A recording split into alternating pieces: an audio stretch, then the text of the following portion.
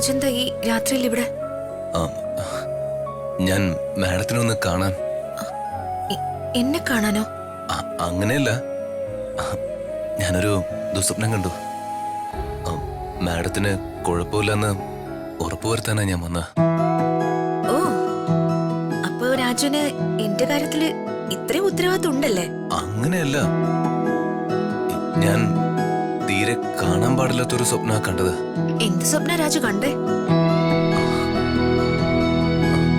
ദീപക് മാഡത്തിനെ ഉപദ്രവിക്കുന്നതായിട്ടാ ഞാൻ സ്വപ്നം കണ്ട.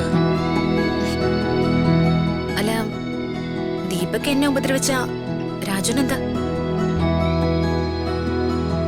ദീപകിന്റെ കാര്യത്തില് രാജുന് അത്രയും പേടിയുണ്ടെങ്കിൽ ദീപക്കുള്ള ഈ വീട്ടില് എന്നെ നിർത്തുന്നത് ശരിയാണോ? എന്നെ ഇവിടെ നിന്ന് രാജുവിന്റെ വീട്ടിലേക്ക് കൊണ്ടുപോ. പിന്നെ രാജുവിന് ഇങ്ങനെ പേടിച്ച് ഇങ്ങോട്ട് വരേണ്ട കാര്യമില്ലല്ലോ. അയ്യോ, അതെങ്ങനെയാ മാഡം? എനിക്കങ്ങനെ ചെയ്യാൻ പറ്റില്ല. അങ്ങനെ ചെയ്യാൻ പറ്റില്ലാത്ത ആള് എനിക്ക് എന്തെങ്കിലും സംഭവിച്ചു എന്നോർത്ത് ഓടി ഇങ്ങോട്ട് വരാനും പാടില്ല.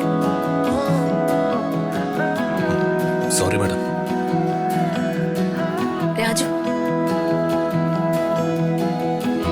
എന്താ മാഡം?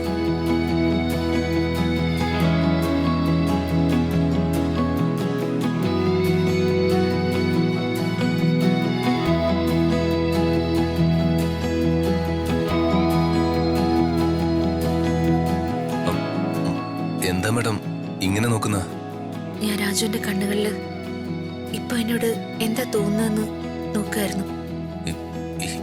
എന്റെ കണ്ടിലോ? എന്റെ കണ്ടിൽ എന്താ ഉള്ളത്? ആ കണ്ണില് എന്താ ഉള്ളതെന്നാ ഞാൻ നോക്കിയത്.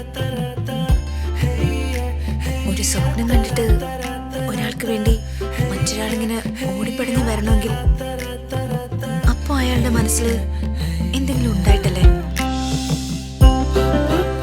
മനസ്സിനുള്ളിലുള്ളത് എന്താണെന്ന് കണ്ണി നോക്കി അറിയാവുന്ന ഞാൻ കേട്ടിട്ടുള്ളത്.